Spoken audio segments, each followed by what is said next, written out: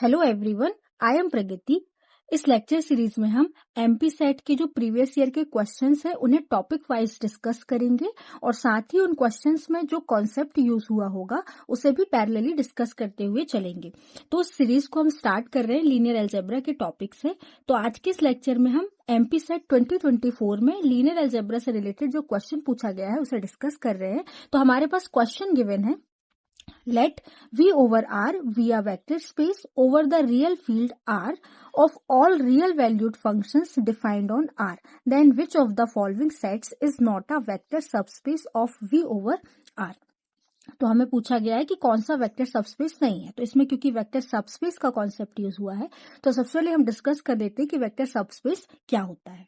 V over the field F कोई vector space है with respect to the operation vector addition and scalar multiplication. Then हमने V का कोई subset लिया W। कैसा सबसेट होना चाहिए? Non empty. ठीक है। देन अगर W with respect to the same operation vector addition and scalar multiplication अगर खुद एक सबस्पेस बनाता है over the same field F, then हम बोलते हैं कि W जो है वो V ओवर F का एक सबस्पेस बन जाता है। तो अब हम इसकी डेफिनेशन देख लेते हैं कि क्या है।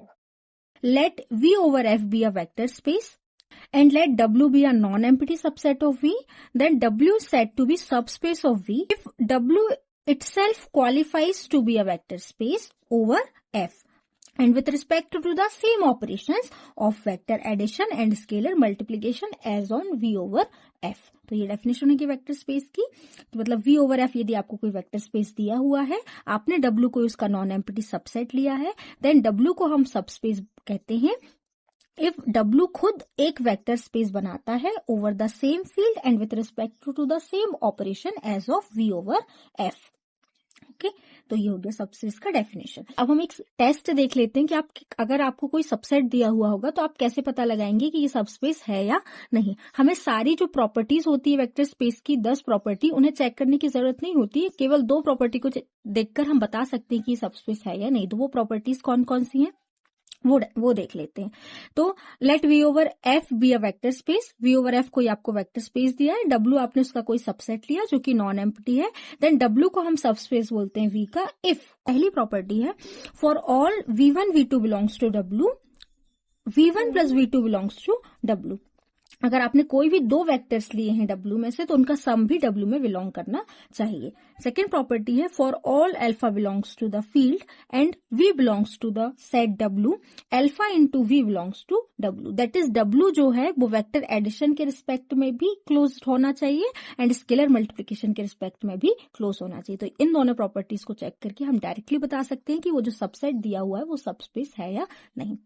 बस अब इसी टेस्ट का यूज करना है हमें क्वेश्चन में। ओके, तो हम क्वेश्चन डिस्कस करते हैं। तो हमारे पास प्रॉब्लम गिवन थी कि let V over R be a vector space over the real field R of all real valued functions defined on R।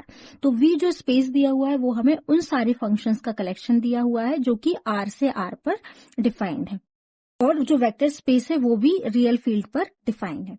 Then which of the following sets is not a vector subspace. कौन सा space जो है vector subspace नहीं है। तो पहला option है हमारे पास, ऑप्शन नंबर ए है F belongs to V over R such that F of 1 equal 0। Option A उन सारे फंक्शंस का कलेक्शन है जो कि F ऑफ 1 पर 0 देते हैं। ओके, तो हम इसमें सबस्पेस टेस्ट लगाएंगे। हमने कोई 2 फंक्शंस लिया, let F comma G belongs to option number A, हम स्पेस का नाम दे देते ए ही क्योंकि ए ऑप्शन पर दिया हो। ठीक है, हमने कोई 2 फंक्शन लिए F कॉमा G जो कि ए पे बिलोंग करते हैं। देन सबस्पेस टेस्ट क्या बोलता है कि F प्लस G भी आपका ए पे बिलोंग करना चाहिए।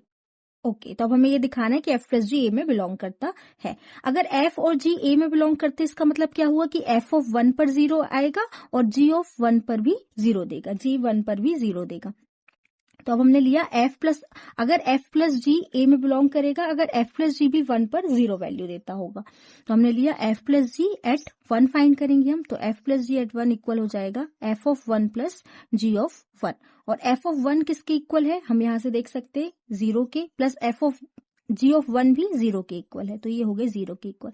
मतलब F प्लस G भी 1 पर 0 वैल्यू दे रहा है। इसका मतलब ये क्या इंप्लाई करेगा कि F प्लस G भी बिलोंग करेगा ए में। तो फर्स्ट कंडीशन तो फुलफिल हो गई। अब हम सेकंड कंडीशन टेस्ट करते हैं। हमने कोई अल्फा लिया फील्ड से, और फील्ड हमारा क्या है यहाँ पर, रियल है ना। तो alpha belongs to R and V belongs एंड कोई फंक्शन एफ लिया हमने जो कि बिलोंग करता है वी में। ओके अगर एफ वी में बिलोंग करता है इसका मतलब क्या होगा कि एफ ऑफ 1 इक्वल होगा 0 के। ठीक है, अब हमें सब ग्रुप टेस्ट में क्या दिखाना होगा कि अल्फा एफ बिलोंग कर रहा है ए में। ओके अल्फा एफ ए में बिलोंग कर रहा है इसका मतलब क्या होगा, हमें क्या दिखाना होगा कि अल्फा एफ की वैल्यू भी 1 पर 0 के इक्वल है। तो हमने निकाला F of alpha F at 1 equal होगा अल्फा एफ ऑफ 1 की इक्वल होगा प्रॉपर्टीज फंक्शन की। ठीक है, अल्फा एफ ऑफ 1 की वैल्यू क्या है, अभी हमने देखा 0, तो यहाँ पे रखा हमने 0 और अल्फा इंटू 0 हो गया 0। इसका मतलब क्या हुआ, अल्फा एफ भी 1 पर 0 दे रहा है, मतलब अल्फा एफ भी बिलोंग करेगा ए में।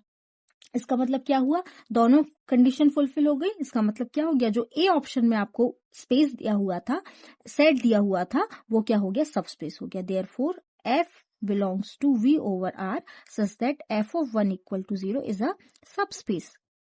ठीक है, तो ये सब स्पेस हो गया। तो ये ऑप्शन तो करेक्ट नहीं होगा, हमें बताना है कि कौन सा सब स्पेस नहीं है, तो ऑप्शन ए तो इनकरेक्ट हो गया। ऐसे ही हम सारे ऑप्शंस को टेस्ट कर लेंगे। अब हम शॉर्ट में टेस्ट करें। ओके तो ऑप्शन बी है हमारे पास, F belongs to V over R such that F of 3 जो इक्वल है एफ ऑफ 1 के। उन सारे फंक्शंस का कलेक्शन है जिनके लिए एफ ऑफ 3 इक्वल है एफ ऑफ 1 के। तो फर्स्ट टेस्ट क्या बोलेगा कि अगर एफ और जी आपके सेट, हमने जिसको नाम दे दिया मान लो बी में बिलोंग करते हैं, तो एफ प्लस जी को भी बी में बिलोंग करना होगा। और एफ प्लस जी बी में कब बिलोंग करेगा, जब एफ प्लस जी एट 3 एफ प्लस जी एट 1 के इक्वल होगा। तो हम निकाल लेते हैं एफ प्लस जी एट 3, ये डिस्ट्रीब्यूट हो जाएगा F of 3 plus G of 3, this is equal. अब क्योंकि एफ बी में बिलोंग कर रहा था तो एफ ऑफ 3 एफ ऑफ 1 के इक्वल हो जाएगा, तो ये हो गया किसके इक्वल, एफ ऑफ 1 के। सिमिलरली जी भी आपका इस सेट में बिलोंग कर रहा था, तो जी ऑफ 3 भी इक्वल हो जाएगा जी ऑफ 1 के, तो ये इक्वल हो गया किसके, जी ऑफ 1 के। तो हम इसको लिख सकते हैं एफ प्लस जी एट 1, तो एफ प्लस जी एट 3 सेम सिमिलर इक्वल हो गया एफ प्लस जी एट 1 के। तो इसका मतलब क्या हो गया कि एफ प्लस जी भी बिलोंग करेगा आपके सेट बी में।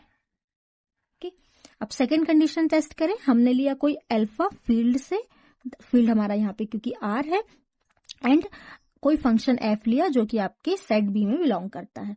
तो हमें दिखाना होगा कि अल्फा एफ भी बिलोंग कर रहा है बी सेट में। तो अल्फा एफ बी में कब बिलोंग करेगा, जब हम उसकी 3 पर वैल्यू 1 के इक्वल दिखा दें, तो ये इक्वल हो जाएगा अल्फा इंटू एफ ऑफ 3 के। अब क्योंकि एफ जो है वो बी में बिलोंग कर रहा है, तो एफ ऑफ 3 इक्वल होगा एफ ऑफ 1 के, तो ये हो गया इक्वल किसके, एफ ऑफ 1 के। और इसे हम लिख सकते हैं अल्फा एफ एट 1, तो अल्फा एफ एट 3 इक्वल हो गया अल्फा एफ एट 1 के। तो ये इंप्लाई करेगा कि अल्फा एफ भी बिलोंग कर रहा है किसमें, बी में। तो सिमिलरली दोनों कंडीशन सेटिस्फाई हो गई, तो ये सबस्पेस बन जाएगा। Therefore this is a subspace, subspace हो गया। ओके अब हम थर्ड ऑप्शन चेक करें। थर्ड ऑप्शन में हमारे पास दिया हुआ है उन सारे फंक्शंस का कलेक्शन जो कि एफ ऑफ 0 पे 2 के इक्वल है। Okay f belongs to v over r such that f of 0 equal to। अगर आप थोड़ा सा दिमाग लगाएं तो हम डायरेक्टली यहाँ पर देख सकते हैं, क्योंकि ये वेक्टर स्पेस होना चाहिए और वेक्टर स्पेस के पास आइडेंटिटी एलिमेंट तो होता ही है। क्योंकि ये फंक्शन का स्पेस है तो आइडेंटिटी एलिमेंट इसमें क्या हो जाएगा, 0 फंक्शन, मतलब ऐसा फंक्शन जो कि सारे x के लिए 0 वैल्यू देता है, for all x belongs to the domain, और यहाँ पे डोमेन है हमारा r, ये आइडेंटिटी फंक्शन होगा। अब हमको पता है कि ऐसा आइडेंटिटी फंक्शन तो 0 पर 2 वैल्यू दे ही नहीं सकता, तो मतलब वो इसमें बिलोंग नहीं करेगा। अगर इसके पास आइडेंटिटी फंक्शन ही नहीं है तो ये वेक्टर स्पेस कैसे बना पाएगा। तो यहाँ से हम इसको क्लियरली देख सकते हैं कि सबस्पेस नहीं है। फिर भी हम इन टेस्ट को लगाकर देखेंगे, तब भी हम अपने कंक्लूजन तक पहुंच जाएंगे। तो हम टेस्ट से देख लेते हैं। हमने लिया F comma G belongs to the option C वाले सेट पर, ठीक है, तो एफ प्लस जी भी बिलोंग करना चाहिए सी में। तो इसका मतलब क्या हो गया, f प्लस जी को 0 पे 2 के इक्वल होना चाहिए। तो हमने लिया f प्लस जी एट 0, ये इक्वल हो जाएगा किसके, f of 0 plus g of 0। अब क्योंकि f सी सेट में बिलोंग कर रहा था तो 0 पे वैल्यू क्या देगा 2। अब जी भी बिलोंग कर रहा है तो जी 0 पे वैल्यू 2 देगा और ये 2 + 2 हो गया कितना 4, जो कि किसकी इक्वल नहीं है 2 के इक्वल नहीं है। देयरफॉर जो F + G है वो बिलोंग नहीं करेगा आपके सेट सी में। उसका मतलब क्या हो गया कि वो सबस्पेस नहीं बनाएगा। तो therefore C is not a subspace, तो सी हमारा करेक्ट ऑप्शन हो जाएगा क्योंकि हमें पूछा गया कि कौन सा सबस्पेस नहीं है। ओके, तो हम यही से अपने आंसर पे पहुंच गए कि सी इज नॉट अ सबस्पेस।